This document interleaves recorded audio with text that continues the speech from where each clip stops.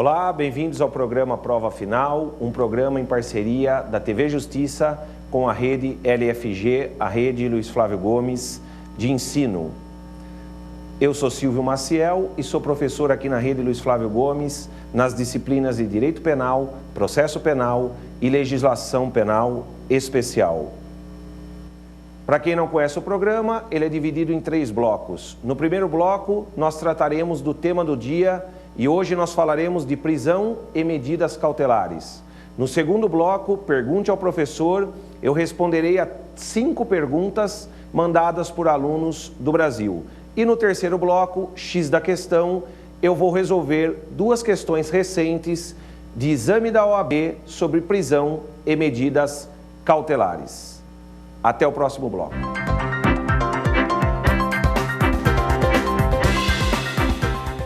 Vamos iniciar agora o primeiro bloco. Tema do dia, prisão e medidas cautelares. A recente lei 12.403 de 2011 altera o Código de Processo Penal substancialmente no que se refere a prisões e medidas cautelares diversa da prisão. Foi uma alteração substancial ocorrida no Código de Processo Penal por essa lei que eu me referi, com vigência em 4 de julho de 2011. A lei tem vacância de 60 dias e tem vigência em 4 de julho de 2011. O que eu vou fazer? Eu vou lendo os artigos mais importantes que foram alterados e vou fazendo comentários sobre eles, sempre comparando como estava antes da alteração e como está agora após a alteração, após a edição da lei, ok? Bem, o artigo 289-A foi acrescentado no Código de Processo Penal pela Lei 12.403 de 2011, o artigo 289-A diz que agora, quando o juiz expede mandado de prisão, ele deve cadastrar esse mandado de prisão no Conselho Nacional de Justiça. Portanto, nós teremos no Brasil agora um cadastro único de todos os mandados de prisão a serem cumpridos. E vejam, o parágrafo 1º deste artigo 289-A diz assim: qualquer agente policial poderá efetuar a prisão determinada no mandado de prisão registrado no Conselho Nacional de Justiça, ainda que fora da competência territorial do juiz que o expediu. Então vejam, a objetividade, o objetivo desse dispositivo novo, 289-A, é evitar que mandados de prisão fiquem sem ser cumpridos quando o condenado se evade da comarca do juiz. Então vejam, a pessoa comete um crime, é condenada em um estado e foge para outro estado. Como não há comunicação muitas vezes entre os estados, a pessoa fica sem ser presa, porque no estado para o qual ela foi, não há informação de que ela está procurada. Agora haverá um cadastro nacional de mandados de prisão, de forma que qualquer juiz de qualquer ponto do país pode acessar os dados de uma pessoa e saber se contra ela há um mandado de prisão. Aliás, qualquer juiz e qualquer autoridade. E a pessoa pode ser presa ainda que esteja fora da comarca do juiz que determinou a prisão.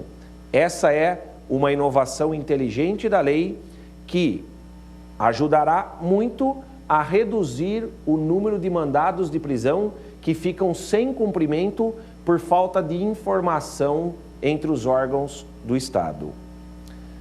O próximo artigo que sofreu alteração, e uma alteração relevante, digna de ser comentada, é o artigo 300. O artigo 300 diz assim: as pessoas presas provisoriamente ficarão separadas das que já estiverem definitivamente condenadas nos termos da Lei de Execução Penal.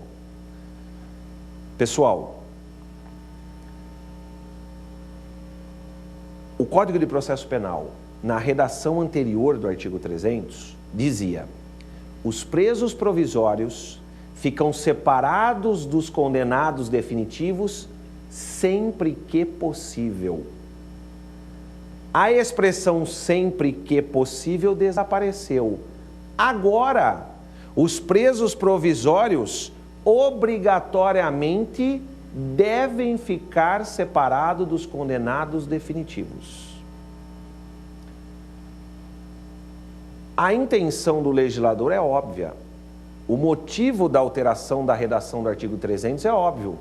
Ou seja, fazer com que a separação entre presos provisórios e condenados definitivos deixe de ser uma mera opção da administração penitenciária e passe a ser um dever imediato do Estado. Portanto, o Estado não pode mais agora manter presos provisórios juntos com presos condenados sob o argumento de que não há vagas no sistema penitenciário para separar essas duas categorias de presos.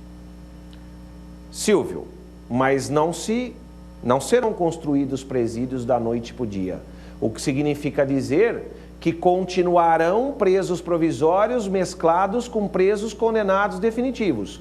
Eu, como advogado, faço o quê? Impetre uma medida judicial cabível, pedindo que, enquanto não houver o estabelecimento adequado para preso provisório, aquele preso fique em prisão domiciliar. Porque é isso que o STF e o STJ determina quando não há vagas para o preso ir para o regime semiaberto ou aberto. Vejam, no caso do condenado definitivo, quando ele ganha o direito à progressão de regime para o regime semiaberto e para o aberto, e não há estabelecimento prisional adequado, o STF e o STJ vem decidindo que ele deve aguardar a vaga em liberdade, porque ele não pode ser prejudicado pela falta de estrutura do Estado em transferi-lo para o regime determinado pelo juiz.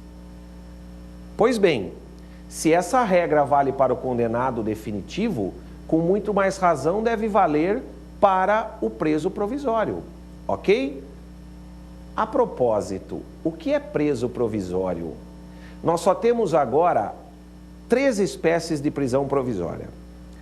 A prisão em flagrante, que é uma prisão provisória efêmera, é uma prisão provisória que só perdura até ser comunicada ao juiz. Ela dura muito pouco, a prisão em flagrante, nós vamos ver agora. A prisão preventiva, que sempre existiu e continua existindo, e a prisão temporária. Acabaram quaisquer outras espécies de prisões provisórias, de prisões cautelares. Não há mais a prisão decorrente de sentença condenatória irrecorrível. Isso já havia acabado com a jurisprudência do STF e do STJ e acabou com as reformas do Código de Processo Penal de 2008. Também acabou a prisão decorrente de sentença de pronúncia. E também acabou a prisão decorrente de acórdão condenatório recorrível. Ok? Portanto, nós só temos 2 espécies, na verdade, de presos provisórios. O preso preventivo e o preso em flagrante, ok? O preso preventivo, nós só temos 2 categorias de presos provisórios. O preso preventivo e o preso temporário, ok? O preso preventivo e o preso temporário. Bem, uma outra alteração digna de ser dita aqui é a comunicação da prisão ao Ministério Público. Vejam,